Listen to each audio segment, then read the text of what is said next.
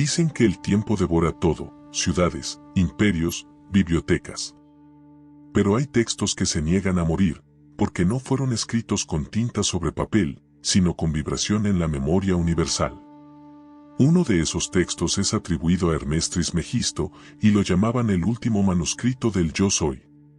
No era un compendio de palabras, sino un mapa secreto donde cada frase actuaba como un decreto. En él, Hermes no pedía que repitas dogmas ni que busques afuera, sino que descubras lo que tu propia voz, pronunciada en silencio, puede generar. Porque el manuscrito afirmaba que no hay destino escrito en estrellas ni en pergaminos, todo destino comienza en una sola vibración, en el instante en que dices yo soy. Ese manuscrito se perdió para los hombres, pero nunca para la conciencia.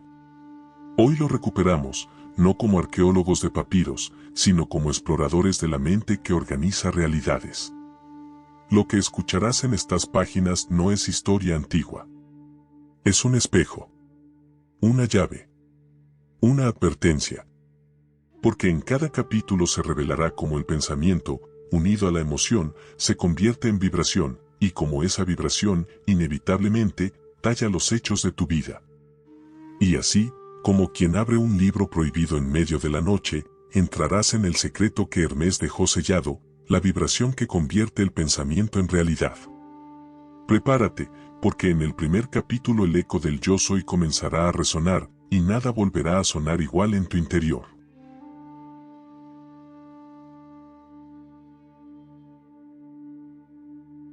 Capítulo 1. El eco del yo soy. En el inicio de todo, antes de que existiera el lenguaje y antes de que la primera civilización levantara sus templos, hubo un sonido. No fue un trueno, no fue un susurro, fue una afirmación silenciosa, yo soy. Esa vibración no describía lo que ya estaba allí, era el acto mismo de dar nacimiento. Era la chispa con la que la conciencia reconoció que existía y, al reconocerse, dio origen al universo entero. Hermes, en sus enseñanzas ocultas, afirmaba que quien pronuncia yo soy no está declarando una simple frase, está liberando una orden vibratoria que organiza la materia. Cada vez que lo decimos, no describimos el presente, sino que dictamos el rumbo del futuro. Con el tiempo, sin embargo, ese secreto se perdió. Lo que alguna vez fue entendido como un decreto creador terminó reducido a palabras vacías frente a un espejo. Se convirtió en autoayuda superficial, en frases de calendario. El eco original se diluyó. Pero el manuscrito perdido nos recuerda que el yo soy no es un ejercicio psicológico, es una llave de poder. Cuando dices yo soy, lo que sigue a esas dos palabras se convierte en el molde invisible de tu realidad. Las culturas lo supieron, aunque nunca se conocieron entre sí. Los hebreos escucharon la voz en el desierto, ella sereye, yo soy el que soy. En los Vedas se repitió el mantra Aham Brahmasmi, yo soy el absoluto. En las arenas del Nilo se grabó en piedra, el hombre es lo que cree ser. ¿Cómo explicar que civilizaciones separadas por miles de kilómetros llegaran a la misma conclusión? Porque el eco del yo soy no pertenece a un pueblo, es memoria universal, resonando en cada época para quienes se atreven a escucharla. Piensa por un instante en tu vida. ¿Cuántas veces al día dices yo soy?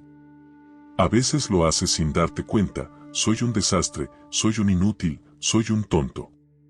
Y cada frase deja huella. Es como arrojar semillas en un campo invisible. Nadie las ve en ese momento, pero tarde o temprano brotan. Y cuando miras tu vida y no entiendes por qué siempre te repites los mismos problemas, el manuscrito te recuerda, observa qué semillas plantaste con tu yo soy. Hermes enseñaba que cada afirmación era una geometría de fuerza en el campo. Yo soy paz dibuja un círculo protector. Yo soy abundancia abre un cauce. Yo soy miedo levanta muros. Nada es neutro. El mantra secreto siempre fue este. Yo soy, y lo que sigue, se convierte en mundo. Imagina que pudieras ver tus palabras como colores flotando en el aire. Cada vez que dices yo soy limitado, una sombra gris se adhiere a tu entorno. Cada vez que dices yo soy luz, un dorado resplandor impregna tu camino. La mayoría camina sin ver ese espectáculo invisible, pero los sabios sabían que el universo es, en realidad, un lienzo pintado con decretos. Hubo un tiempo en que yo mismo lo probé sin creer demasiado. Repetía en silencio, yo soy libre. Nada parecía cambiar afuera. Pero dentro, cada vez que lo decía, sentía un leve temblor, como si algo respondiera en mis entrañas. Y entonces comprendí, el yo soy no se mide por lo que ocurre de inmediato, sino por el giro lento y profundo con el que reorganiza todo tu destino. Por eso, el manuscrito insiste, el yo soy no es consuelo, es advertencia. Si repites soy incapaz, el universo obedece. Si repites soy creación divina, también obedece. Esa es la neutralidad aterradora y grandiosa de esta ley, no distingue entre fe o miedo, solo refleja lo que sostienes. Ahora cierra los ojos un instante. Siente cómo resuena en tu pecho esta frase, yo soy presencia viva. Respira y repítela. Percibe cómo tu cuerpo se endereza, cómo tu mente se aquieta, cómo la energía cambia. Eso es el eco del yo soy manifestándose en lo sensorial, no lo piensas, lo sientes. Y sin embargo, Hermes advirtió que este eco no viaja solo. Siempre se encuentra con otra fuerza que lo amplifica o lo distorsiona, la mente, el arquitecto invisible. Y será en el próximo capítulo donde abriremos ese secreto, donde descubrirás cómo la mente puede ser aliada o enemiga de tu yo soy. Capítulo 2. La mente como arquitecto invisible. Hermes dejó escrito que el yo soy es la raíz de toda creación, pero la mente es el terreno donde esa semilla germina o se marchita. Cada pensamiento es como un ladrillo invisible que vas colocando, uno tras otro, hasta construir un templo o una prisión. La mente no es neutra, aunque parezca. Ella organiza, interpreta, selecciona. Y lo hace todo el tiempo, incluso cuando no lo notas. La vida que hoy caminas no fue improvisada, es el resultado de planos que tu mente diseñó en silencio. Durante siglos, se nos enseñó a desconfiar de la mente, a verla como un enemigo. En algunas religiones se la llamó la loca de la casa. En ciertas filosofías se la acusó de ser la raíz del sufrimiento. Y aunque hay verdad en ello, Hermes no pedía que negaras la mente, sino que la dirigieras. El peligro no está en tener una mente, sino en dejarla descontrolada, repitiendo pensamientos heredados de padres, maestros y sociedades que sembraron miedo en lugar de visión. Una mente abandonada se convierte en tierra baldía donde crece la maleza. Pero una mente entrenada se transforma en jardín fértil donde florecen ideas luminosas. Los sabios de India dijeron en el yoga vasista, la mente es el mundo. Buda enseñó, con nuestros pensamientos creamos el mundo. Los taoístas comparaban la mente con un río, si se deja fluir en calma, refleja la luna con claridad, si se agita, no deja ver nada. Incluso los estoicos afirmaban que no son las cosas las que nos perturban, sino lo que pensamos de ellas. Todos coincidieron, aunque usaran lenguas distintas, la mente no refleja la realidad, la fabrica.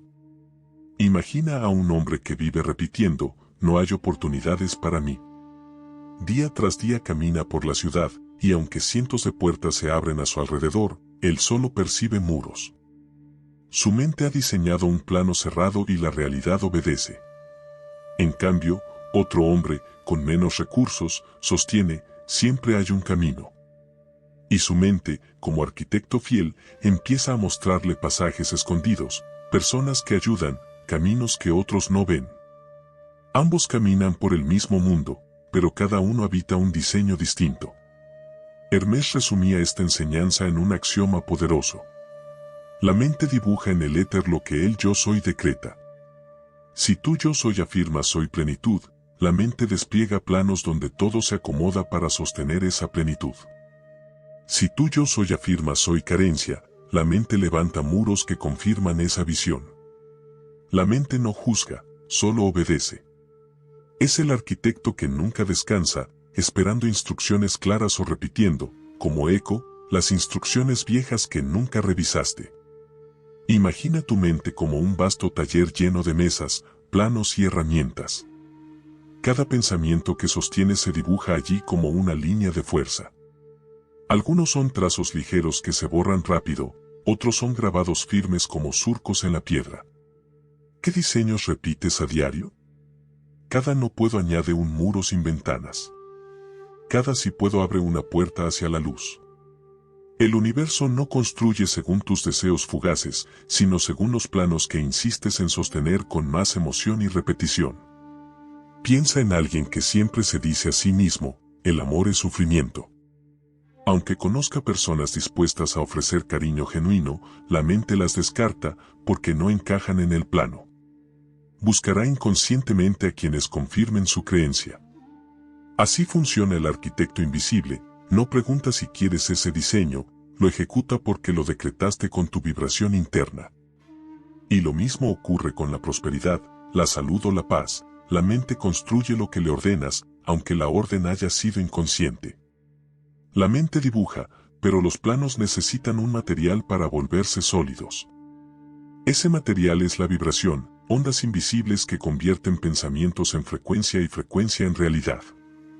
Y será en el próximo capítulo donde Hermes nos abrirá la puerta a ese principio, la ley de la vibración, el secreto que transforma pensamientos en materia. Capítulo 3. La ley de la vibración. Hermes enseñó en su manuscrito que nada está quieto, todo se mueve, todo vibra. Es el principio que une lo invisible con lo visible. Lo que llamamos materia, cuerpo, emoción o pensamiento, no son cosas distintas, sino grados de vibración en la misma sustancia universal. El universo entero es música sostenida, y cada uno de nosotros vibra como un instrumento en esa orquesta cósmica. Con el paso del tiempo, esta enseñanza fue reducida a superstición. Hoy escuchamos frases como todo vibra en canciones o publicaciones vacías, sin comprender su alcance real. Se volvió cliché. Pero Hermes no hablaba de metáforas, hablaba de ciencia espiritual. Decía que tu pensamiento vibra, que tu emoción vibra, y que esas vibraciones son ondas que inevitablemente buscan resonancia en el campo universal. Recuperar esta verdad significa entender que nada en tu vida es azar, cada encuentro, cada pérdida, cada logro, es la respuesta vibratoria a lo que emites. Los antiguos lo supieron. En la India, los sabios decían que el Om era la vibración primordial, el sonido raíz del universo. Pitágoras enseñaba que la música no solo era arte, sino geometría vibrando en el aire. Los taoístas hablaban del I como energía que fluye en distintos niveles de frecuencia. Incluso la Biblia afirma, en el principio era el verbo, y el verbo no es otra cosa que vibración hecha sonido. Diferentes lenguas, la misma verdad. La vibración es el tejido de la realidad. El manuscrito perdido recoge un mantra poderoso. Lo semejante vibra con lo semejante. No atraes lo que deseas con tu boca, atraes lo que vibra en tu campo. Si sostienes miedo, vibras miedo y ese miedo encontrará su reflejo en circunstancias externas. Si sostienes certeza, vibras certeza y el mundo se reorganiza para igualar esa frecuencia. No es castigo ni premio, es ley. Imagina por un momento que pudieras ver tu vibración como colores que se expanden desde tu cuerpo. Cuando estás en calma, el color es estable, armonioso, como un lago dorado que se extiende suavemente. Pero cuando te dejas arrastrar por la ira o el miedo, el color se agita, se fragmenta en destellos caóticos que chocan entre sí. Ahora imagina que cada persona emite su propia vibración de colores.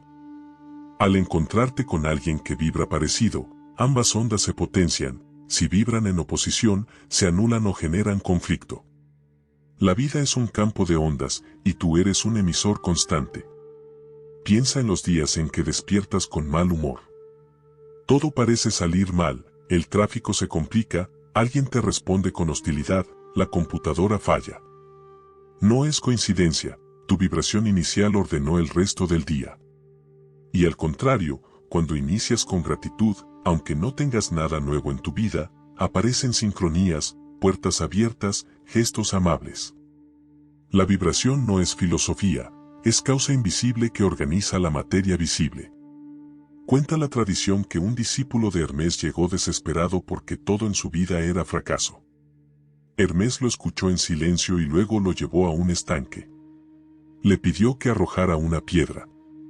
El discípulo vio cómo las ondas se expandían en círculos concéntricos hasta tocar la orilla. Hermes entonces le dijo: así son tus pensamientos. Lo que lanzas en silencio, lo que vibras en secreto, se expande hasta los bordes de tu destino. No culpes a la orilla si la piedra salió de tus manos. Esa noche, aquel discípulo comprendió que no había sido víctima de un castigo, sino autor inconsciente de su vibración. La física cuántica moderna confirma lo que Hermes enseñó: cada partícula es también onda. Todo lo que llamamos real vibra en frecuencias. La diferencia entre el sonido de un tambor y el brillo de una estrella es solo frecuencia. Tú mismo eres un conjunto de frecuencias en movimiento. Cambiar tu vibración interna no es un acto místico abstracto, es alterar la frecuencia con la que tu cuerpo, tu mente y tus emociones dialogan con el universo. La vibración revela que nada es estático, que lo que hoy llamas destino puede cambiar si cambias tu frecuencia. Pero Hermes escribió algo aún más profundo: que no basta con saber que todo vibra, sino que debes aprender a sintonizar tu vibración con la de aquello que quieres encarnar. Y será en el próximo capítulo donde desvelaremos este arte, el secreto de la sintonía y la resonancia, la llave que abre la correspondencia entre lo que piensas y lo que vives. Capítulo 4: La sintonía y la resonancia. Hermes dejó escrito: nada llega a ti que no resuene contigo. Si la vibración es la ley universal, la sintonía es el arte de dirigirla, y la resonancia es la confirmación de que tu frecuencia ya encontró un espejo afuera. En otras palabras, no basta con emitir vibraciones, necesitas aprender a afinar tu campo, igual que un músico afina su instrumento antes de tocar. Hoy creemos que la vida es una cuestión de esfuerzo, de correr detrás de lo que deseamos, de empujar hasta el cansancio. Pero Hermes advertía: lo semejante busca lo semejante. Lo que significa que no se trata de perseguir, sino de sintonizar. Lo perdido es esta comprensión: dejamos de escuchar la música de la vida y nos dedicamos a gritar órdenes al universo. Recuperable es la práctica de ajustar la cuerda interior hasta vibrar en armonía con lo que quieres experimentar. Los pitagóricos sostenían que el alma era un instrumento de múltiples cuerdas y que cada emoción afinaba o desafinaba ese instrumento. Los védicos practicaban mantras no como superstición, sino como calibraciones vibratorias que alineaban al ser humano con lo divino. En los Andes, los pueblos originarios utilizaban tambores y quenas para resonar con la tierra y el cielo, convencidos de que al unirse al ritmo del cosmos, podían abrir portales de percepción. Distintas culturas, la misma enseñanza: la resonancia es un puente entre lo que somos y lo que atraemos. El manuscrito prohibido de Hermes decía: resuena con lo alto y lo alto descenderá. Resuena con lo bajo y lo bajo se multiplicará. Cada emoción repetida es un canto. La ira constante sintoniza con experiencias que confirman la ira. La gratitud sostenida sintoniza con circunstancias que amplifican la gratitud. Lo que eliges sentir cada día es tu nota musical dentro de la sinfonía universal. Imagina que eres una cuerda de violín. Cuando otra cuerda vibra cerca con la misma frecuencia, tú también comienzas a vibrar aunque nadie te toque. Eso es la resonancia, un eco silencioso que une lo invisible con lo visible. Así ocurre con las personas y los eventos. Si vibras en miedo, reconocerás el miedo en los ojos de otros y se encenderá dentro de ti como un espejo amplificado. Si vibras en calma, atraerás a quienes, incluso en medio del caos, sostienen esa calma. ¿Nunca te ha pasado que entras en un lugar y de inmediato sientes incomodidad, como si el aire pesara? No es imaginación, es resonancia. El campo de ese lugar vibra en desarmonía con tu frecuencia actual. Y lo opuesto también ocurre: a veces conoces a alguien y, sin palabras, ya sientes confianza, como si lo hubieras encontrado antes. Eso es resonancia, la prueba de que tu vibración encontró eco en otro campo. Se cuenta que un discípulo preguntó a Hermes cómo reconocer si un pensamiento era verdadero. Hermes lo llevó ante un templo y le pidió que pronunciara en voz alta una afirmación: soy abundancia. El discípulo lo dijo, pero sintió vacío. Entonces Hermes lo miró y dijo, cuando tus palabras no resuenan en tu pecho, aún son solo sonido. Cuando tu cuerpo entero vibra con ellas, se han vuelto verdad. Esa fue la primera lección de resonancia. No basta con decir, debes sentir la vibración recorriendo cada fibra de tu ser.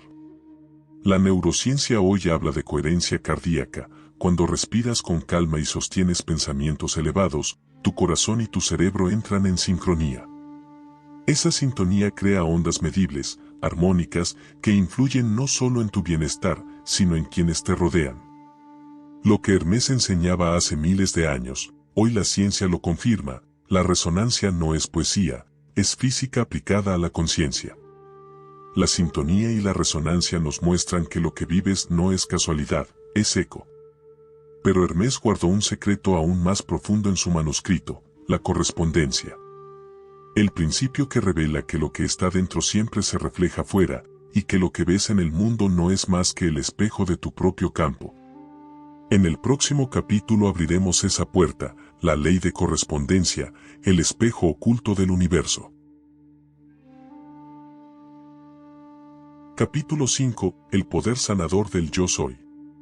Hermes escribió en su manuscrito: el cuerpo obedece al lenguaje del alma, y el alma se expresa en pensamiento y palabra. No es poesía ni metáfora. Es ley. Cada pensamiento que sostienes y cada palabra que pronuncias se convierten en un clima interno que tu cuerpo recibe como instrucciones. La mente es como un cielo invisible, la palabra es el viento que lo mueve y el cuerpo es la tierra que florece o se marchita según el clima interior. Cuando pronuncias yo soy, no lanzas un simple sonido, emites una orden vibratoria que llega hasta tus células. En la antigüedad, el médico y el sacerdote eran uno solo. En Egipto, se sabía que la enfermedad no podía atenderse sin tratar también el espíritu. Con el tiempo, esa visión se fragmentó. Occidente empezó a mirar el cuerpo como máquina y la mente como ruido. Así ganamos técnica, pero olvidamos el código secreto, la palabra creadora. Hermes lo llamaba el verbo que moldea la forma. Decir yo soy débil no es inocente, es sembrar debilidad en el campo interno. Decir yo soy vida es abrir la puerta para que la energía de la vida se active dentro de ti. Todas las culturas lo intuyeron. Los védicos enseñaban que el pra, la energía vital, se fortalecía con mantras, sonidos que recalibraban la mente y el cuerpo. En América, los pueblos originarios hablaban del soplo de vida, el aliento cargado de intención podía sanar. En la tradición hebrea, ruach significa viento y espíritu al mismo tiempo, recordando que la palabra es soplo que da forma. En los evangelios, Jesús decía: tu fe te ha sanado, revelando que la certeza interior actúa como medicina. Todos transmitieron la misma idea: la mente y la palabra pueden enfermar o curar. El manuscrito de Hermes contiene un aforismo poderoso: nombra la herida y crecerá.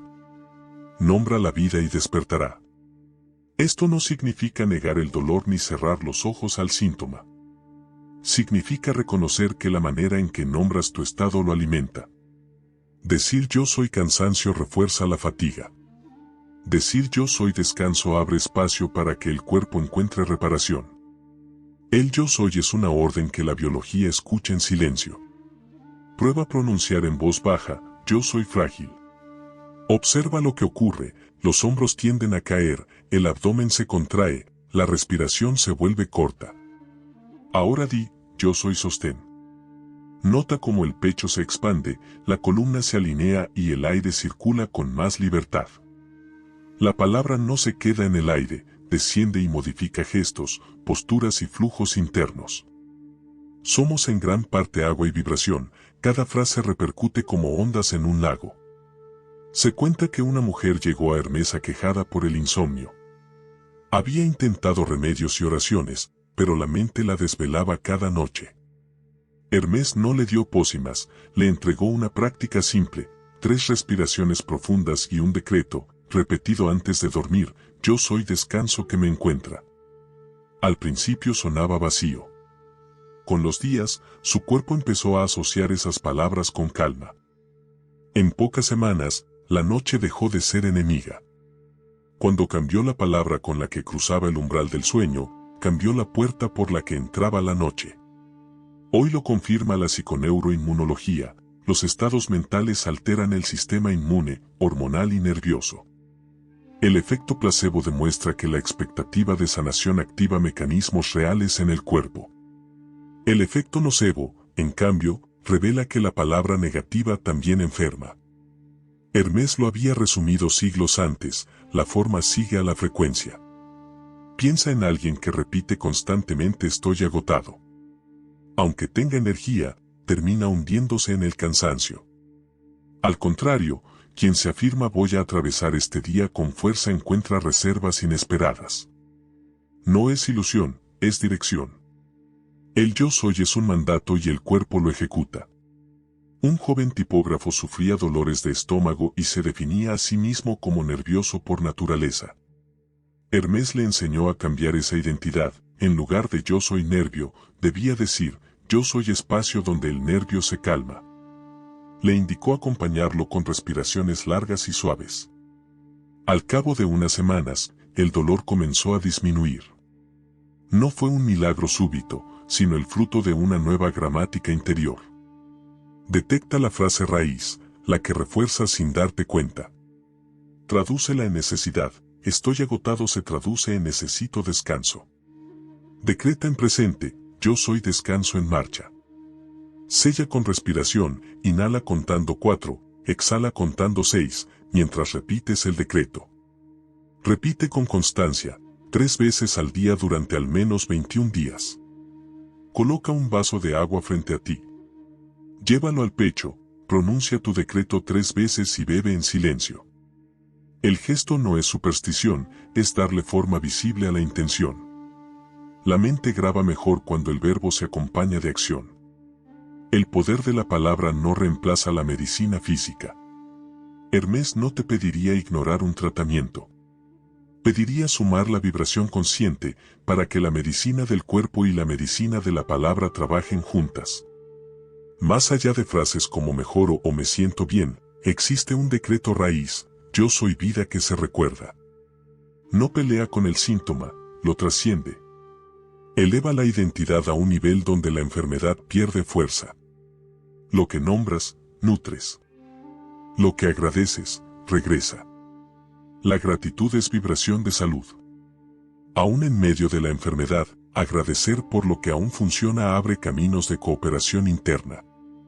Si la palabra puede transformar la carne, ¿qué no podrá hacer con el mundo que te rodea? Hermes enseñó que todo lo que es dentro se refleja afuera. En el próximo capítulo abriremos ese espejo, la ley de correspondencia, el principio que revela que el universo siempre refleja la vibración que sostienes. Capítulo 6. El espejo secreto, la ley de correspondencia. El manuscrito de Hermes afirmaba, como es arriba, es abajo. Como es adentro, es afuera. No era una metáfora poética, sino una fórmula.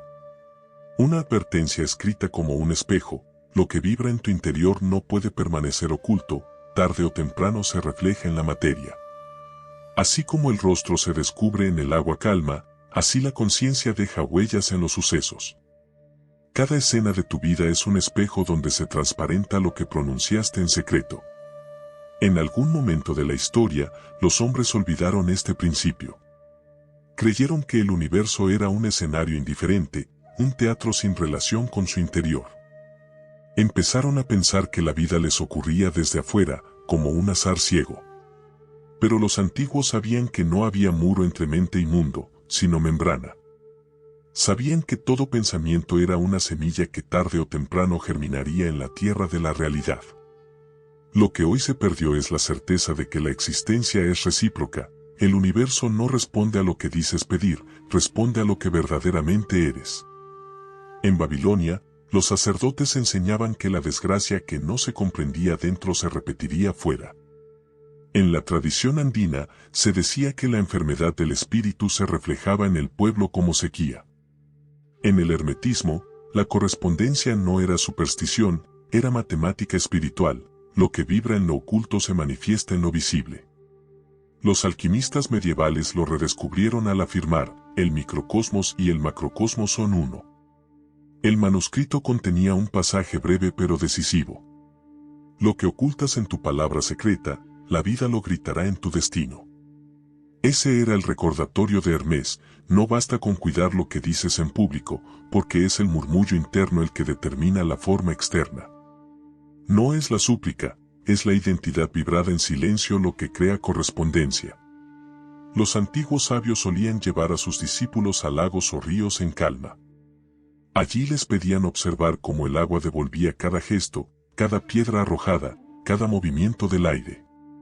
Les decían: así como ves tu rostro en el agua, así verás tu interior en la vida.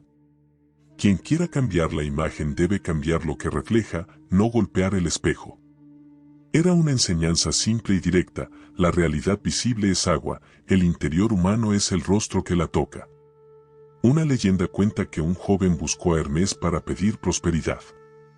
Quería riquezas y viajes. Hermés lo escuchó en silencio y le respondió con una pregunta: ¿qué es lo que repites de ti mismo en tu soledad? El joven confesó: siempre me digo que soy pobre. Hermés sonrió y contestó: entonces el universo no te niega nada, solo te multiplica. El joven comprendió: no era su deseo lo que creaba realidad, era la identidad que sostenía en secreto. Hoy se sabe que la mente selecciona lo que percibe. Quien sostiene que el mundo es hostil, encuentra pruebas de hostilidad en cada esquina. Quien cree que existen oportunidades, percibe puertas donde otros solo ven muros. No es que el mundo cambie radicalmente, es que la percepción dirige la atención y la atención organiza la experiencia. Hermés lo resumió en una sola frase: el universo es el eco de tu palabra interior. Se recuerda la historia de una mujer que pedía constantemente amor, pero en su interior repetía que no era digna. Su vida se llenaba de relaciones rotas, hasta que cambió su decreto interno, comenzó a sostener: soy un lugar de encuentro para el amor. La correspondencia se activó. No fue magia inmediata, pero poco a poco el espejo cambió de forma. Los discípulos de Hermés aprendían a leer la correspondencia de la vida como si fuera un lenguaje secreto. Cuando sufrían un rechazo, no lo interpretaban solo como un hecho externo, sino como un reflejo de una duda interior. Cuando recibían una bendición inesperada, la reconocían como confirmación de un decreto que habían sembrado tiempo atrás. Los sabios decían: todo lo que aparece en tu camino es un espejo que te revela. Otro ejercicio de enseñanza consistía en anotar 3 hechos del día y preguntarse: ¿qué vibración interior refleja cada uno?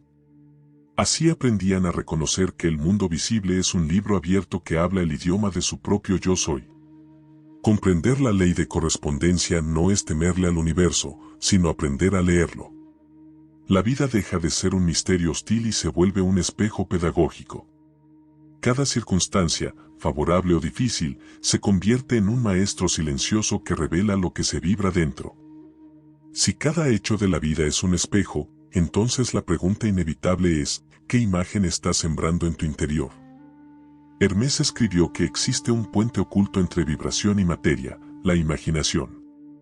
En el próximo capítulo exploraremos ese puente, cómo la visión interna, sostenida con emoción, se convierte en arquitectura del destino.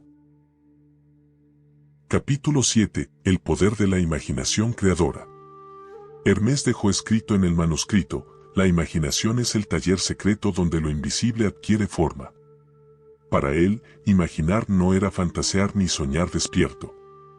Era un arte sagrado, la capacidad de dar cuerpo interno a lo que aún no existe en el mundo. El universo no distingue entre la imagen mental cargada de emoción y la experiencia real, ambos generan vibración, ambos convocan correspondencia. En la modernidad, la imaginación fue reducida a juego, a ilusión sin peso. Pero los sabios antiguos la entendían como el primer pincel del Creador. Para ellos, todo templo, toda ciudad, toda obra, antes de tocar la piedra ya había nacido en el ojo de la mente. Lo que hoy llamamos visualización, ellos lo consideraban un acto ritual, proyectar en lo invisible para sembrar en lo visible. Recuperar este arte es recordar que cada visión sostenida, cada escena nutrida de emoción, es una semilla en la arquitectura del destino. En la tradición hindú, los rishis enseñaban a sus discípulos a visualizar la luz ascendiendo por la columna, convencidos de que esa imagen guiaba la energía real. En el antiguo Egipto, los iniciados eran conducidos a cámaras oscuras donde debían sostener en la mente figuras geométricas brillantes, entrenando el ojo interno.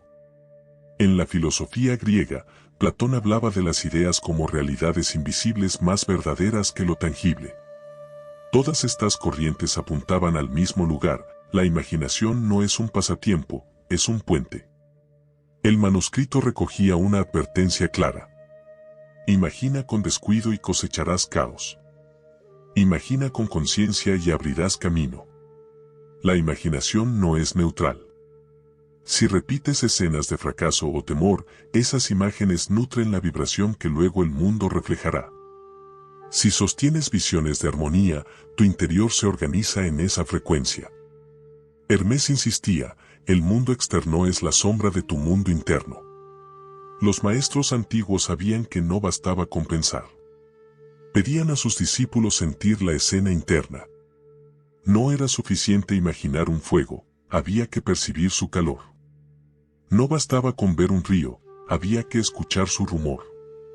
Ellos enseñaban que la imaginación efectiva es multisensorial: cuanto más sentidos participan, más real se vuelve la vibración. Se cuenta que un joven artesano acudió a Hermés desesperado porque todo lo que emprendía fracasaba. Hermés le pidió que, cada amanecer, en lugar de repasar sus miedos, sostuviera la imagen de su taller lleno de luz y de obras terminadas. El joven lo hizo con disciplina. Al principio, era solo una imagen débil, pero con los días empezó a sentir la madera en sus manos, el olor del barniz, el sonido de las herramientas. Esa visión se volvió tan real que su ánimo cambió, y con él, sus obras empezaron a prosperar. Hoy la neurociencia confirma que el cerebro no distingue entre imaginar y experimentar. Los mismos circuitos neuronales se activan cuando alguien visualiza una acción que cuando la ejecuta físicamente. Los deportistas de élite lo saben, entrenan tanto en la pista como en la mente. Hermés, siglos antes, ya había señalado que el yo soy imaginado es tan creador como el yo soy pronunciado. Una mujer que había perdido la esperanza de ser madre visitó a un sabio. Él no le prometió milagros, solo le enseñó a imaginar cada noche el calor de un niño en su pecho. Con el tiempo, esa imagen la transformó. No se trataba solo de si la maternidad llegaría o no, sino de cómo ella misma se convertía en un espacio de ternura y vida. Y en esa vibración, los caminos se abrieron. Los discípulos de Hermés aprendían ejercicios de imaginación creadora en templos silenciosos. Se les pedía ver una llama interior y sostenerla sin interrupción hasta que su calor se sintiera real en el cuerpo. También se les enseñaba a caminar imaginando que cada paso dejaba huellas luminosas, como recordatorio de que toda acción, incluso mental, deja una impronta en el mundo. Estas prácticas formaban parte de su disciplina diaria, no como juegos, sino como entrenamiento para el alma. La imaginación no es un adorno. Es la matriz donde se gesta la realidad. Quien descuida sus imágenes internas deja su vida al azar. Quien elige conscientemente que imaginar se convierte en arquitecto de su propio destino.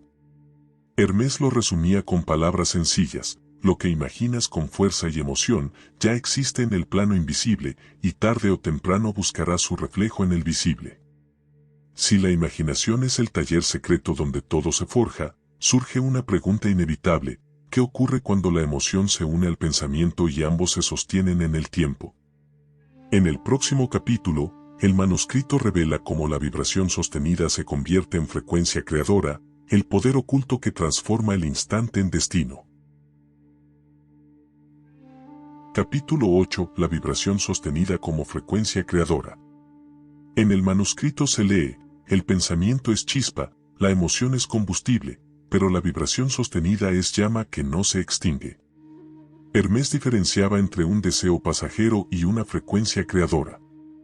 Los pensamientos fugaces son como gotas que caen y desaparecen, la vibración repetida se convierte en corriente, en río que modela la piedra del destino. Así explicaba por qué algunos intentos parecen perderse, porque no basta con pensar una vez, hay que sostener, alimentar, repetir hasta que la vibración se vuelve estado natural. El hombre moderno confunde intensidad con permanencia. Busca emociones fuertes, momentos de euforia, pero esos destellos se apagan rápido. Los antiguos sabían que lo transformador no es la chispa brillante, sino el fuego constante. No era el grito de un día, sino la repetición diaria, silenciosa, la que abría caminos. El secreto olvidado es que el universo no responde a caprichos momentáneos, sino a la frecuencia que mantienes como identidad. En la tradición taoísta se enseñaba que la gota de agua, al caer una y otra vez, perfora la roca más dura. En el sufismo, los derviches repetían invocaciones hasta entrar en trance, convencidos de que esa repetición los hacía vibrar en la frecuencia del amado. Los pueblos andinos entonaban cantos rituales durante horas, para que la montaña respondiera.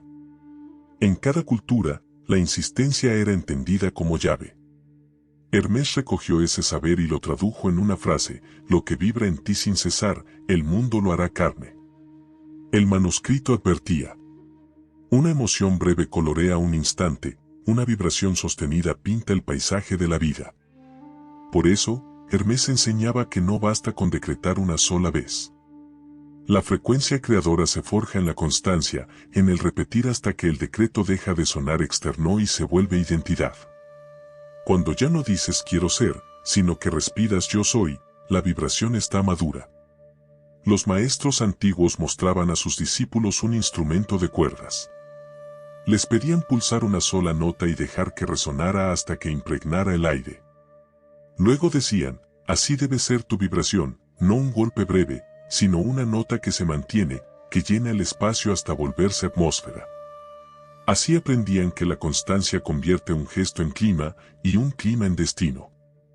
Una leyenda habla de un discípulo que acudió a Hermés impaciente porque sus decretos no producían cambios. Hermés le preguntó: ¿cuántas veces repites tu verdad? El joven respondió: una o dos. Hermés le mostró un martillo golpeando una piedra. Al primer golpe, nada pasaba. Al segundo, tampoco. Pero tras decenas de impactos, la roca se abría. Y le dijo: tu palabra es martillo. Tu constancia, la fuerza. No culpes a la piedra si tú te rindes antes. La ciencia habla hoy de neuroplasticidad, la repetición de un pensamiento fortalece conexiones neuronales hasta que se vuelven caminos automáticos. Lo que llamamos hábito mental es, en realidad, vibración sostenida que reorganiza el cerebro. Hermés ya lo había intuido: lo que repites en secreto, te repite a ti en la forma. En los archivos de Alejandría se conservaba la historia de un hombre que, cada amanecer, recitaba la misma frase: yo soy luz que camina. Al principio lo hacía como rito vacío, pero con los años esa vibración impregnó sus gestos, su voz y hasta su mirada. Quienes lo encontraban sentían paz inmediata.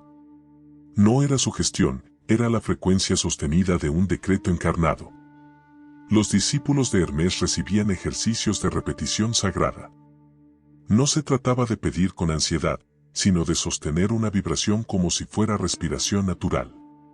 Repetían una misma frase durante ciclos de 21, 40 o 90 días, porque sabían que el tiempo imprime la vibración en la carne. También aprendían a acompañar el decreto con un gesto, tocar el pecho, elevar la mirada o inclinarse, para grabar la frecuencia en cuerpo y alma. El secreto de la frecuencia creadora es comprender que no basta con decretar de vez en cuando, sino que la vida se moldea por lo que sostienes día tras día. Así como una melodía se aprende repitiendo sus notas hasta que fluyen sin esfuerzo, así la identidad se graba con vibraciones repetidas hasta que se vuelven naturales. Hermés decía: la constancia es la alquimia del tiempo. Si la vibración sostenida construye tu frecuencia, surge otra pregunta: ¿qué ocurre cuando varias frecuencias se cruzan, cuando pensamientos y emociones contrarias se mezclan? El manuscrito advierte sobre la disonancia interior y revela cómo unificar las fuerzas divididas. Ese será el secreto del próximo capítulo. Capítulo 9. La disonancia interior y la unificación del ser. En los pliegues más ocultos del manuscrito de Hermés se repite una advertencia que parece sencilla, pero encierra todo un misterio. El universo no responde a lo que pides, sino a lo que vibras con mayor fuerza. Esa frase, perdida y recuperada, abre un horizonte desconcertante. Significa que no atraes lo que deseas con la boca, sino lo que sostienes en silencio dentro de ti. Y ahí nace la disonancia, el conflicto invisible entre la mente que declara un camino y el corazón que sostiene otro. Hermés comparaba esa fractura con un barco que lleva dos timoneles, cada uno girando el timón en dirección contraria. El resultado no es movimiento, sino agotamiento. Y eso es lo que viven millones de personas que afirman quiero abundancia mientras sienten miedo a perder, o que repiten merezco amor mientras cargan la herida secreta de sentirse indignos. La creación no falla, lo que ocurre es que la vibración más fuerte vence, aunque sea la contraria al deseo. Los antiguos discípulos sabían detectar esa disonancia con precisión. En las escuelas herméticas no se permitía decretar nada sin antes pasar por el silencio del corazón. Porque sabían que un decreto vacío es humo, y que un decreto dividido se convierte en caos. Esta enseñanza, tan esencial, se perdió con el tiempo, reemplazada por frases rápidas, repeticiones automáticas y técnicas superficiales que ignoran lo más importante, la coherencia interna. Lo recuperable está en volver a mirar hacia adentro y preguntarse, ¿qué voz vibra más fuerte dentro de mí? ¿La que pide o la que teme? Hermés lo resumió en una sentencia que cruzó los siglos: la mente dividida repite destino. La mente unificada abre sendero. Ese principio no pertenece solo a Hermés. En los textos védicos, la palabra yoga significa unión, y no se refería solo al cuerpo y la respiración, sino a la fusión entre pensamiento y sentimiento. En Egipto, los sacerdotes enseñaban que una palabra pronunciada sin que el corazón la acompañara era una palabra muerta. Y en el Evangelio apócrifo de Tomás se encuentra esta enseñanza: cuando hagáis de los dos uno, entonces entraréis en el reino. Todos señalaron lo mismo: la creación requiere coherencia. Si el pensamiento va en una dirección y la emoción en otra, el universo obedece a la emoción, porque es ella la que carga la energía más densa. El manuscrito de Hermés preserva una fórmula que sus discípulos repetían en las ceremonias de iniciación. Lo que pienso, lo siento. Lo que siento, lo pronuncio. Lo que pronuncio, lo soy. No era un canto vacío, era una técnica de unificación. El discípulo no podía pasar a la siguiente enseñanza hasta que cada palabra de esa frase se volviera experiencia viva. Los antiguos maestros decían: el cuerpo revela lo que la mente esconde. Si tus labios sonríen, pero tu pecho se siente pesado, estás dividido. Si tu boca dice yo confío, pero tu respiración se corta y tu estómago se contrae, estás dividido. Esa es la prueba sensorial que enseñaban en los templos: observar el cuerpo como espejo de la coherencia. El discípulo debía cerrar los ojos antes de decretar y sentir si su palabra era liviana o pesada. Si el pecho se expandía con alivio o se encogía con temor. Porque sabían que ningún decreto atraviesa el velo de lo invisible si antes no ha sido respirado en coherencia. Un relato perdido cuenta que un joven acudió a Hermés porque cada vez que afirmaba prosperidad, caía enfermo. Hermés lo escuchó y le respondió: no es tu palabra lo que te enferma, es tu contradicción. Dices una cosa, pero dentro de ti vibra otra. Y el universo siempre obedece a la vibración más fuerte. El discípulo aprendió entonces que antes de hablar debía sanar la raíz de la duda, porque la duda sostenida se convierte en un decreto oculto. Hoy la psicología lo llama disonancia cognitiva, el malestar profundo que aparece cuando la acción contradice la creencia. Pero Hermés ya lo había descrito siglos antes con una imagen simple: el alma dividida camina en círculos. Así viven muchos, deseando avanzar, pero repitiendo patrones porque la energía interna está dividida. En Fenicia se cuenta la historia de una mujer que pedía amor en sus oraciones, pero cada vez que alguien se acercaba lo rechazaba con desconfianza. Hermés le dijo: tu altar recibe 2 ofrendas. Con una mano das vino, con la otra derramas agua, ¿qué esperas que beba el universo? Esa mujer comprendió que el amor no faltaba afuera, sino que faltaba dentro de ella la coherencia para recibirlo. Un anciano en Alejandría relató que durante años pidió salud, pero al mismo tiempo repetía frases como mi cuerpo es débil o esta enfermedad me pertenece. Fue solo cuando cambió esa confesión silenciosa que comenzó a recuperar fuerzas. No fue magia, fue coherencia. Los discípulos eran guiados a practicar lo siguiente: primero recordaban un momento de gratitud verdadera, algo simple, como el sol calentando la piel o la risa de un amigo. Solo cuando la emoción estaba viva en el pecho, pronunciaban el decreto. Los antiguos sabían que la emoción es el río y la palabra el barco. Sin río, la nave no se mueve. Por eso Hermes advertía, un decreto sin emoción es humo, un decreto sentido es fuego creador. La disonancia interior es la prisión más invisible. No se rompe con esfuerzo, sino con integración. El primer paso no es decretar más fuerte, sino observar con honestidad qué vibración predomina en ti. Porque la creación no ocurre cuando dices quiero, sino cuando todo tu ser respira ya es. Si la clave está en la coherencia, surge una pregunta inevitable: ¿cómo medirla? El manuscrito habla de un instrumento del alma, una herramienta olvidada con la que los antiguos verificaban la pureza de su vibración. Ese será el secreto que exploraremos en el próximo capítulo. Capítulo 10. El instrumento del alma y la pureza vibratoria. El manuscrito perdido de Hermes describe un secreto que rara vez se menciona: los antiguos no dejaban sus decretos librados al azar. No se conformaban con lanzar palabras al viento y esperar resultados. Ellos poseían un instrumento del alma, una especie de balanza invisible para medir si lo que estaban emitiendo era coherente, fuerte y capaz de atravesar los velos de lo invisible. No era un objeto físico, sino una sensibilidad cultivada, una percepción afinada que les permitía distinguir entre un decreto hueco y uno verdadero. Hermes advertía: antes de pronunciar, pesa tu vibración. Antes de enviar, mide tu fuego. Esta enseñanza, borrada por los siglos, revela que la creación consciente no es cuestión de azar, sino de afinación. Hoy vivimos en un tiempo en el que muchos creen que basta con repetir frases, como si fueran llaves mágicas. Pero Hermes decía que un decreto sin pureza es como un arco que dispara flechas dobladas, jamás dará en el blanco. Lo que se perdió es esa capacidad de escuchar la vibración detrás de la palabra.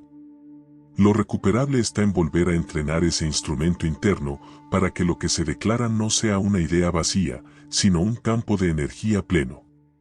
Los sabios hindúes hablaban de Shruti, la capacidad de escuchar lo sagrado, no afuera, sino dentro. En el Egipto antiguo, los sacerdotes se entrenaban durante años en silencio para distinguir el timbre vibratorio de sus pensamientos antes de atrever a hablarlos en ritual. En la tradición tolteca se hablaba del tonal y el nahual, dos niveles de percepción que permitían reconocer si una palabra nacía de la mente dispersa o del corazón enraizado.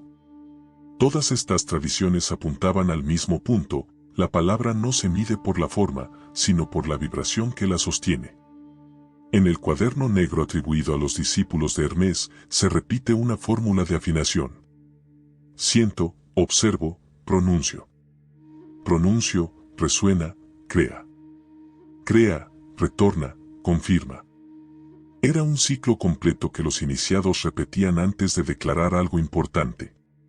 Con él recordaban que todo pensamiento enviado al universo volvería inevitablemente, y que la única manera de asegurarse un retorno armónico era medir la pureza vibratoria antes del envío. Los antiguos maestros enseñaban a sus discípulos que este instrumento del alma se percibe en los detalles más sencillos. Si la palabra nace y la respiración fluye sin esfuerzo, es vibración pura. Si la palabra nace y el pecho se oprime, hay disonancia. Si la imagen mental trae paz aún en medio del caos externo, está afinada. Si la imagen mental genera tensión, no importa cuántas veces se repita, seguirá creando contradicción. El cuerpo era el templo donde los iniciados calibraban su instrumento, porque sabían que el alma habla en sensaciones antes que en conceptos. Se cuenta que un discípulo intentaba decretar prosperidad, pero cada vez que lo hacía sentía un peso en el estómago. Hermes lo observó en silencio y luego le dijo: tu instrumento no está afinado. No decretes hasta que tu palabra te aligere en lugar de cargarte. El joven aprendió que no debía forzar frases, sino esperar hasta que la emoción acompañara a la palabra como música que brota de un mismo acorde. En Alejandría, un maestro relató que probó decretar amor durante meses sin obtener respuesta. Una noche, al repetir las mismas frases, de pronto sintió un calor suave en el pecho, como si algo se abriera. En ese instante comprendió, no había sido el universo el que estaba sordo, era el quien había estado emitiendo con un instrumento desafinado. A partir de esa noche, su palabra fue semilla fértil. Así como un músico no se atreve a tocar en un templo sin antes afinar su instrumento, los antiguos jamás pronunciaban un decreto sin calibrar primero su vibración. Hoy sabemos que la música fuera de tono genera malestar y confusión. Lo mismo ocurre con la palabra, cuando está desalineada, en lugar de abrir caminos, bloquea y desgasta. Los antiguos enseñaban a sus discípulos que la afinación del alma se lograba en 3 pasos, primero el silencio, luego la respiración consciente y finalmente la pronunciación pausada.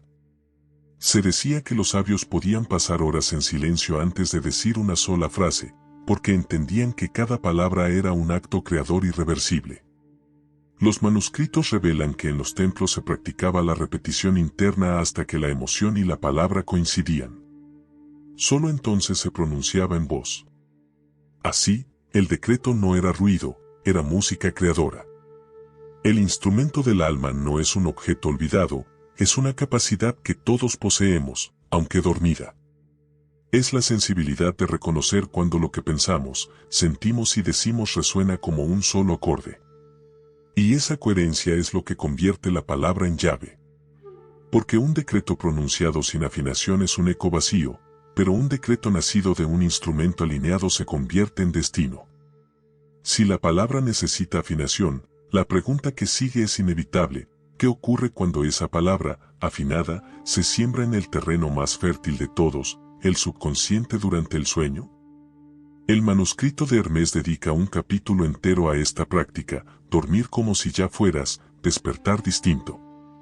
Ese es el secreto que nos espera en el próximo capítulo. Capítulo 11. Dormir como si ya fueras, despertar distinto. Entre las páginas más enigmáticas del manuscrito aparece una instrucción que los discípulos consideraban un ritual secreto: duerme como si ya fueras, y al despertar serás distinto. No era metáfora, era fórmula. Hermes enseñaba que el instante del sueño no era un abandono de la conciencia, sino el umbral donde el subconsciente se abre como tierra fértil, lista para recibir semillas. Y esas semillas son los pensamientos, imágenes y emociones con los que uno se entrega al descanso. El mundo externo cambia lentamente, pero el terreno interno cambia cada noche. Y los sabios sabían que lo que sembrabas en ese campo invisible germinaba con fuerza multiplicada. Hoy se ha perdido esta práctica.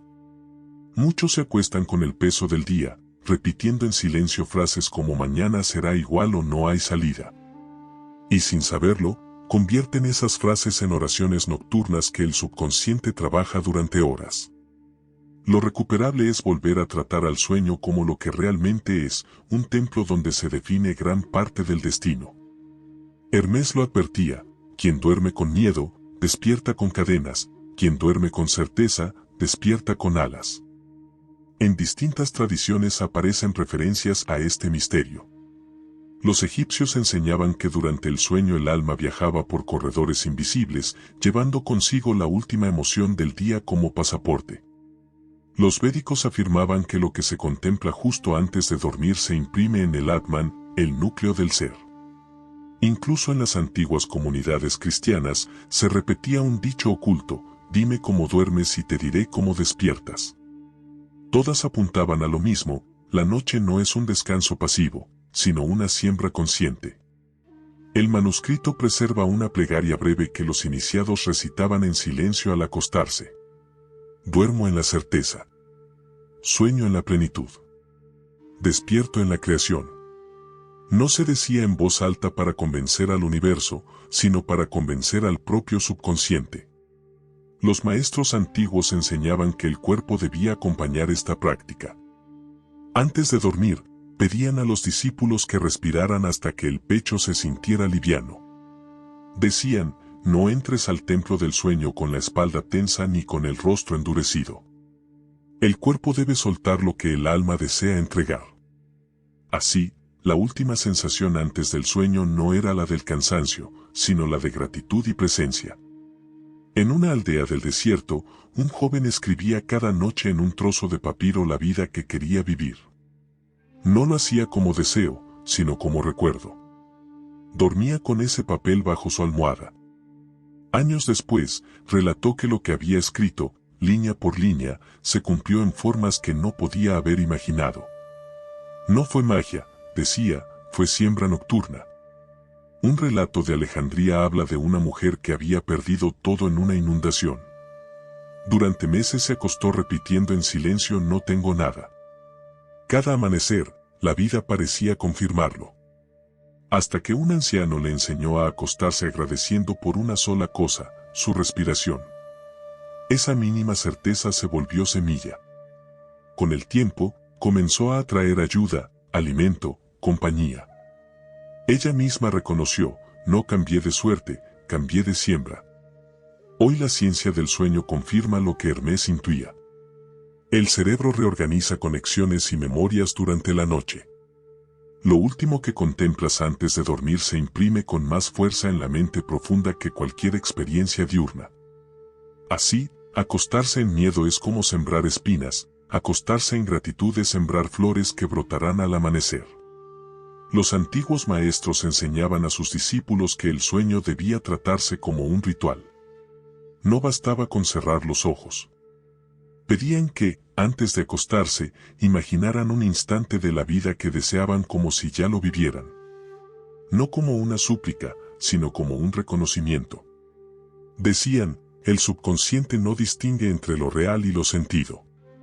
Si lo sientes con certeza, lo sembraste. Dormir como si ya fueras es entrar al templo del subconsciente con la llave correcta.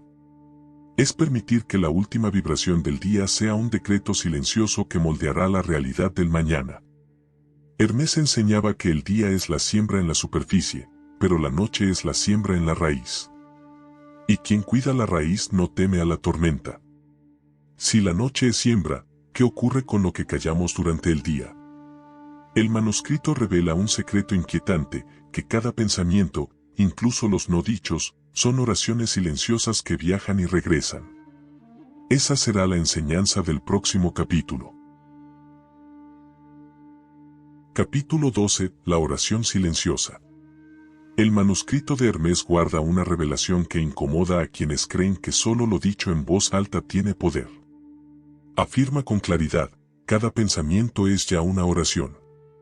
No importa si doblas las rodillas o si cierras los ojos, no importa si pronuncias palabras antiguas o si repites fórmulas heredadas.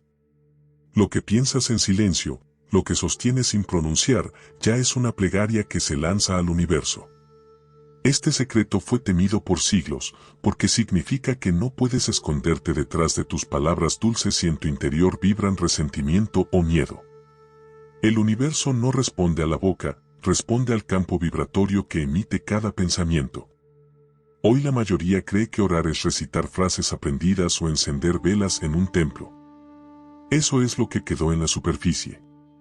Pero lo perdido fue la comprensión profunda de que la verdadera oración ocurre en cada pensamiento que repites, en cada imagen que alimentas en tu mente. Y lo recuperable es volver a ver que incluso lo no dicho tiene eco en lo invisible. Hermés lo resumía así: ora tu miedo y el miedo se volverá destino. Ora tu gratitud y la gratitud se volverá camino. En la tradición hebrea se hablaba del kavana, la intención silenciosa que daba vida a la plegaria, aun cuando la boca guardara silencio. En la India antigua, los rishis afirmaban que el mantra más poderoso era aquel que jamás llegaba a los labios, porque se pronunciaba en el corazón. Y en los evangelios apócrifos se recuerda a Jesús diciendo: Dios escucha lo que calla tu lengua y grita tu pecho. Así, distintas culturas coincidieron en señalar que la oración no depende de la forma externa, sino del pulso vibratorio que la sostiene. En el manuscrito se repite una fórmula sencilla pero inquietante. Todo pensamiento conversa. Toda emoción responde. Toda vibración regresa. Era un recordatorio para que los discípulos observaran no solo lo que decían, sino lo que callaban, porque lo callado también estaba construyendo su destino. Los antiguos enseñaban a sus discípulos a escuchar sus propios pensamientos como si fueran voces ajenas. Pedían que se sentaran en silencio y que observaran qué frases surgían solas: no puedo, nunca lo lograré, nadie me comprende. Cada una de esas frases era tratada como un rezo invertido, una oración de derrota. El discípulo debía reconocer que no eran pensamientos pasajeros, eran plegarias silenciosas que el universo tomaba como decretos. Se cuenta que un joven de Efeso pasaba horas rezando en el templo, pero su vida no cambiaba. Hermes le preguntó qué pensaba al caminar hacia el altar. El muchacho confesó que siempre repetía en silencio: seguro nada funcionará. Entonces Hermes le dijo: esa es tu oración real, y esa es la que el universo obedece. El joven comprendió que lo que callaba pesaba más que lo que recitaba. Una mujer de Alejandría repetía oraciones de gratitud en público, pero en secreto pensaba: no lo merezco. Su vida se convirtió en un espejo de esa idea. No fue hasta que comenzó a sembrar pensamientos distintos en silencio, imágenes de dignidad, frases de certeza, que su realidad cambió.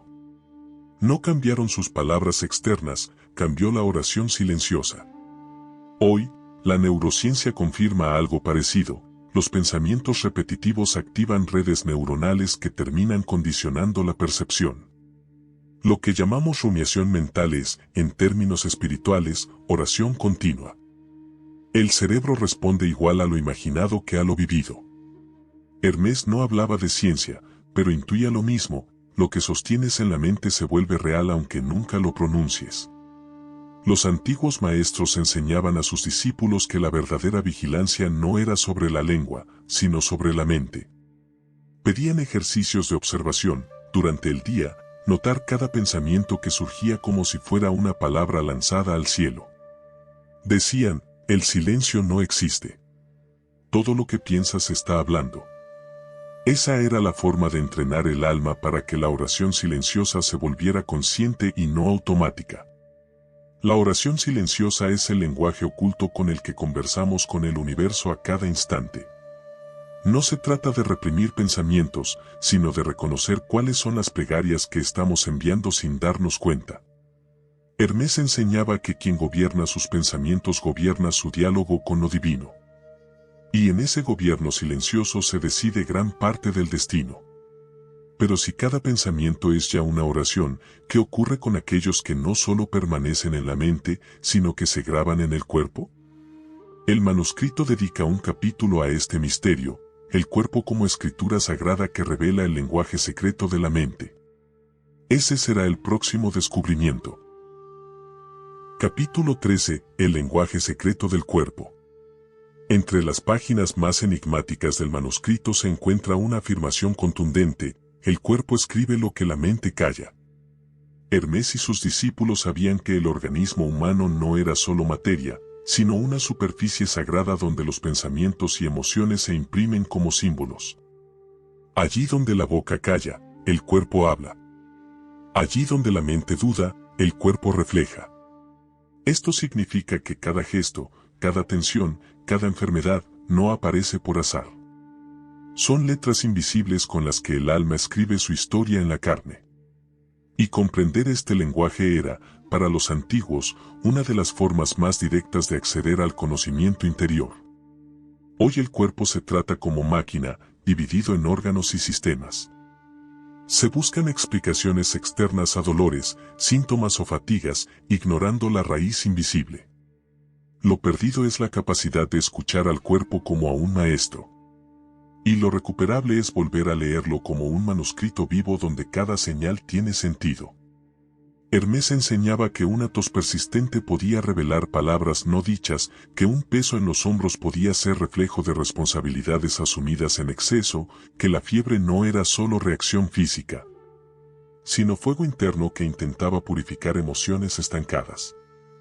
En la medicina china se enseñaba que cada órgano era un templo de emociones, el hígado guardaba la ira, los pulmones el duelo, los riñones el miedo. En Egipto, los sanadores decían que las arrugas eran mapas de pensamientos repetidos. En la tradición andina, el cuerpo era visto como un quipu viviente, un registro tejido con hilos invisibles de memoria y energía. Distintas culturas coincidieron en algo esencial: el cuerpo es símbolo. Nada de lo que expresa está desconectado de la mente y del espíritu. En el cuaderno atribuido a los discípulos de Hermes aparece un recordatorio breve. La mente piensa. La emoción vibra. El cuerpo escribe. Con estas 3 frases, los iniciados comprendían que no había división, todo lo que no se resuelve en la mente termina pidiendo voz en el cuerpo. Los maestros antiguos instruían a sus discípulos en la observación silenciosa del cuerpo. Decían, presta atención a tu respiración. Si se corta, tu pensamiento se corta. Observa tu espalda. Si se encorva, tu confianza también se encorva. Observa tu piel. Si arde o se reseca, es tu emoción buscando salida. El cuerpo era tratado como un texto vivo que debía ser leído antes de buscar respuestas externas. Aprender este lenguaje era considerado un acto de sabiduría. Se narra que un hombre acudió a Hermes con un dolor en el pecho que ningún médico podía explicar. Hermes le preguntó, ¿qué palabra guardas que nunca pronunciaste? El hombre confesó que había callado un perdón durante años. Hermes le respondió, el dolor es tu carta no enviada. Cuando por fin expresó lo que callaba, el dolor comenzó a desaparecer. En otro relato, una mujer sufría constantes dolores en la espalda baja. Los sabios le señalaron que desde niña repetía la frase, debo cargar con todos. Su cuerpo obedeció ese mandato invisible, y sus vértebras lo escribieron con dolor. Cuando cambió su oración silenciosa, su cuerpo dejó de cargar lo que no le correspondía. En Alejandría se contaba la historia de un escriba que perdió la voz en medio de un juicio. Durante meses no pudo hablar. Los sacerdotes herméticos le dijeron, tu garganta guarda verdades negadas.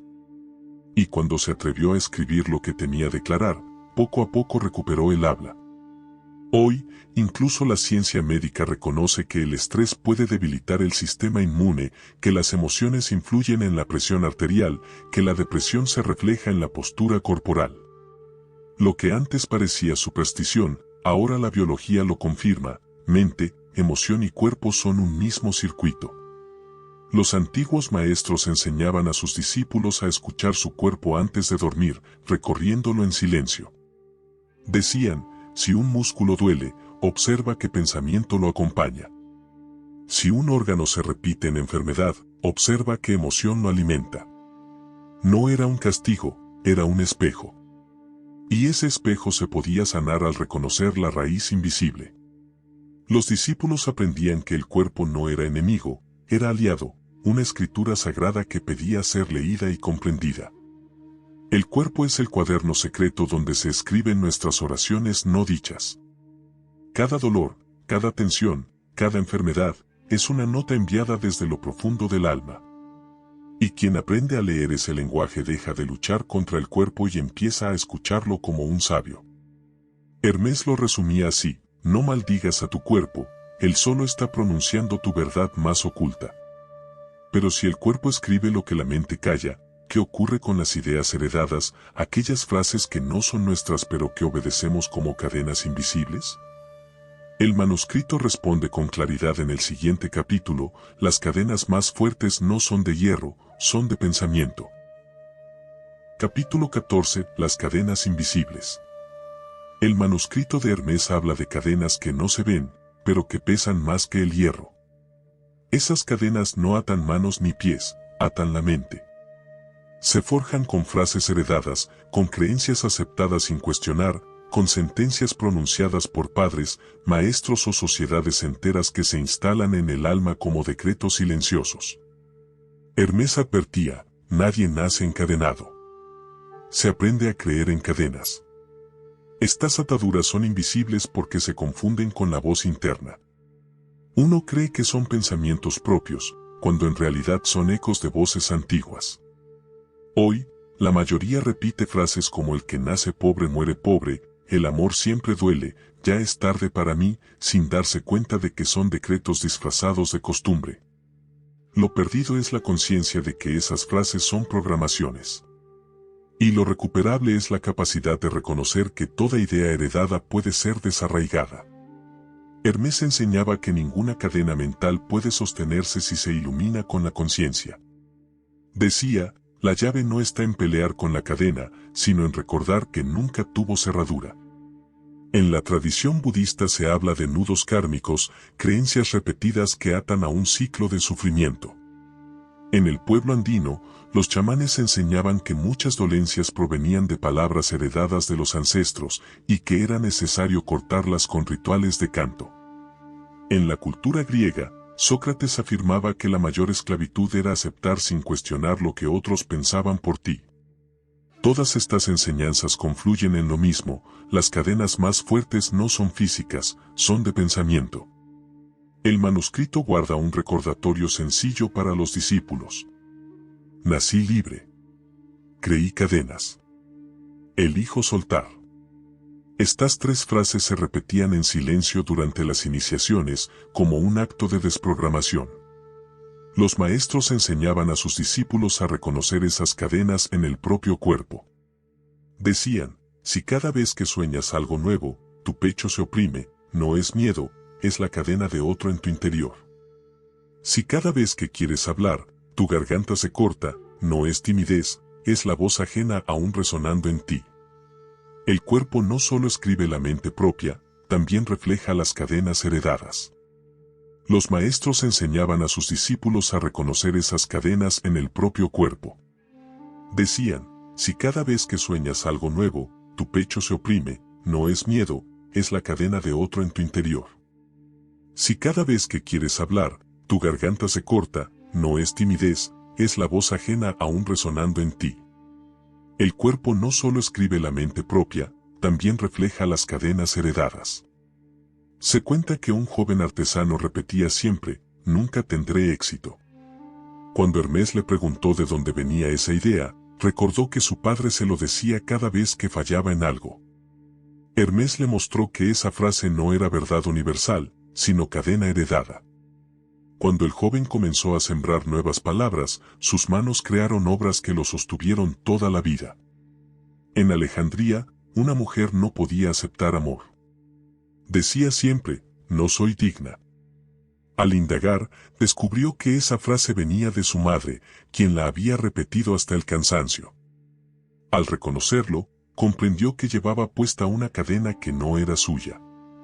Solo entonces pudo dejarla caer. Un anciano relataba que pasó años creyendo que Dios castiga, hasta que un maestro le mostró un pasaje olvidado donde Hermes decía, lo divino no castiga ni premia, refleja. Ese día el anciano rompió una cadena de miedo que había cargado por décadas. Hoy podemos entenderlo con otra imagen, las cadenas invisibles son como programas instalados en un sistema. El usuario cree que toma decisiones libres, pero en realidad obedece rutinas ocultas.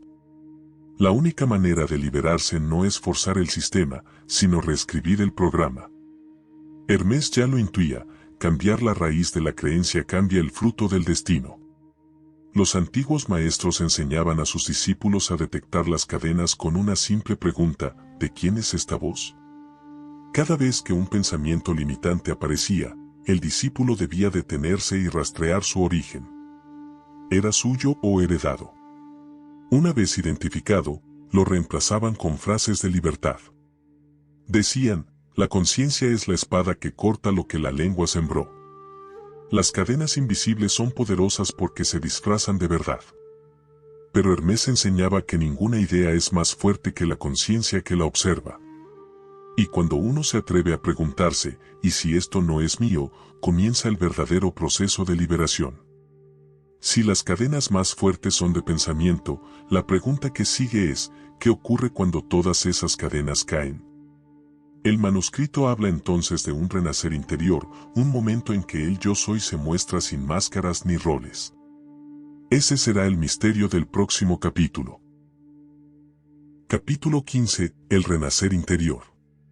El manuscrito concluye con una afirmación que parece un sello final: el yo soy no nace ni muere, se recuerda.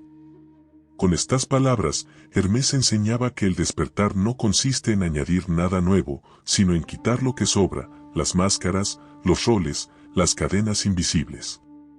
Lo que emerge cuando todo cae no es vacío, sino el yo soy desnudo, intacto, eterno.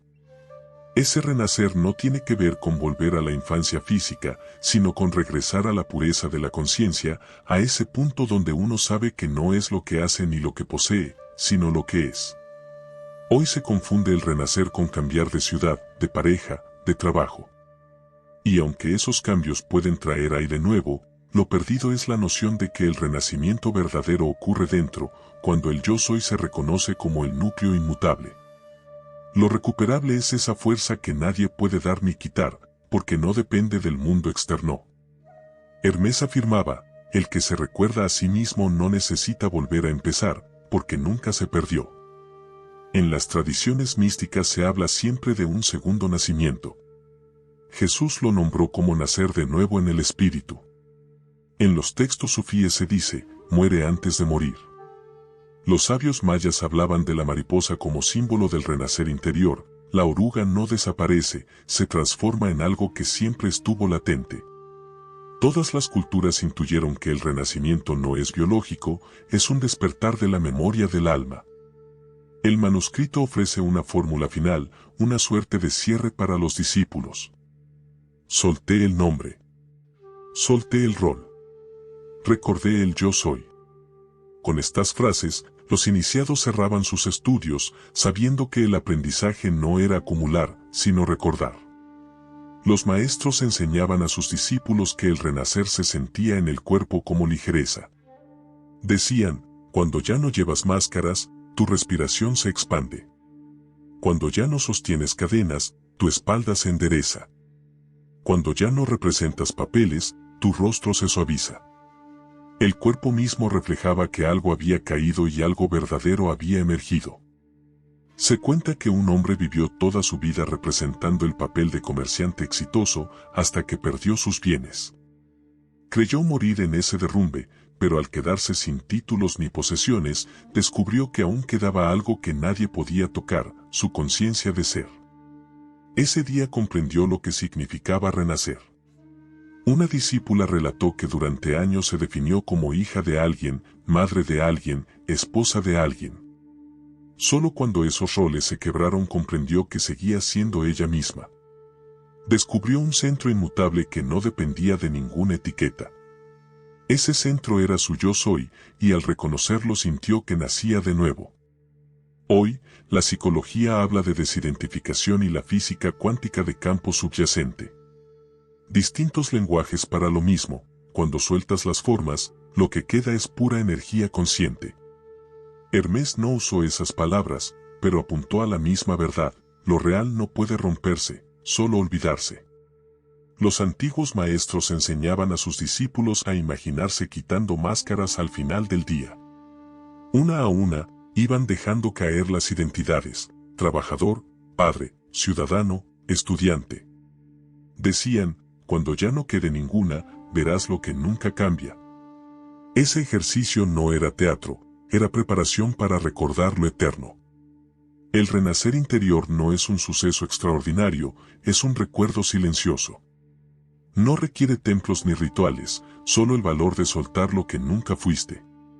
Hermés enseñaba que en ese acto de recordar, el alma florece con una claridad que ningún miedo puede oscurecer. Y ahora, después de recorrer este manuscrito perdido, quizá hayas sentido que también en ti hay memorias que despiertan. Este conocimiento no busca acumular vistas ni palabras, busca despertar voluntades.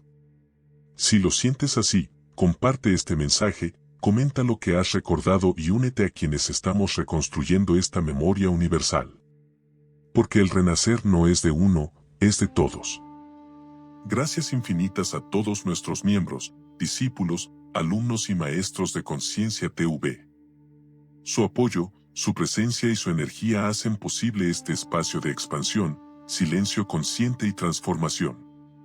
Cada vez que activan su membresía, no solo nos ayudan a sostener este canal, sino que siembran una intención en el campo, la intención de despertar juntos. Gracias por sostener esta comunidad con tanta fuerza y corazón. Estamos trabajando intensamente en traerles nuevos contenidos, más reveladores, más misteriosos, más necesarios que nunca para saciar esa sed de sabiduría que arde en su alma. Porque sabemos que ustedes no buscan entretenimiento. Buscan verdad.